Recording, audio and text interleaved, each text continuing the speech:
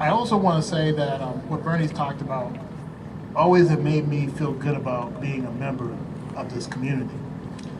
Because in so many ways when we see ugliness and hate and simple actions that become very problematic across our community, I've always seen us rally to help the folks who have been treated poorly.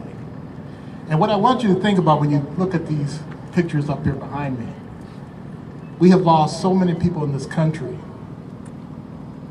because of hate and various types of not understanding one another. And we did this back in June, I believe, or July. We were in the same sundial after the Orlando shooting. And I told you that what made me feel humble and feel good about being here is because so many people from the community, the city, the university filled this place up because they care. I want to ask you to do me one more thing. And that is tonight, when you light the candles, I want you to think about the folks behind here on these posters and placards. I want you to think about the people that aren't even up here who have suffered.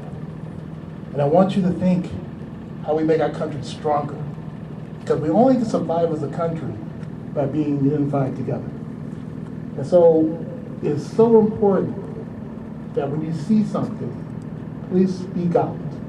When you see something on a sign, or a door, or on a sidewalk, or people saying something under their breath as they walk down the sidewalk, I ask you to stand up and say, that's wrong.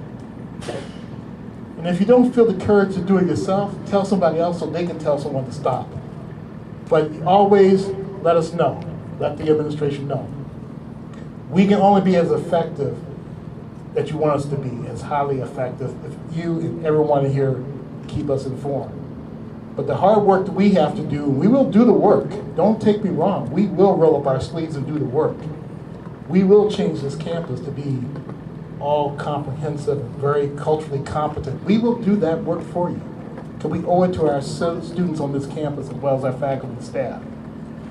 But we need to know what else we can do. And I already asked you that. So I will stop here. I will look for John Peralta, who is our SGA president, to say a few words. But once again, I am so proud to be a part of this community. I think the world of all of you. I'm so glad you could be here today.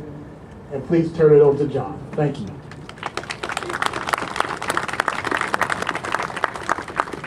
Well, this is awesome, seeing all of you out here. One thing that I think about in the midst of all this tragedy, and Al, you kind of touched on it, but it is an opportunity for us all to take care of each other, love each other, show compassion, show that we are unified. And something that I've been thinking about a lot this week is how we do have all these issues that are happening across the country. And here at Point, it's so much bigger than just a racial thing or having something to do with different religions or different sexual orientation.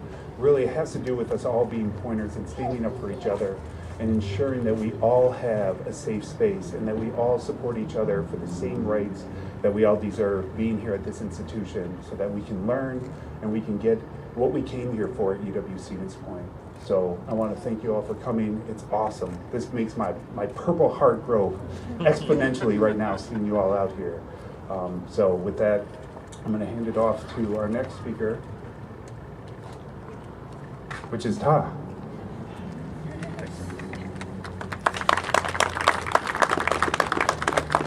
All right, so this evening we're actually going to hand it over to our students.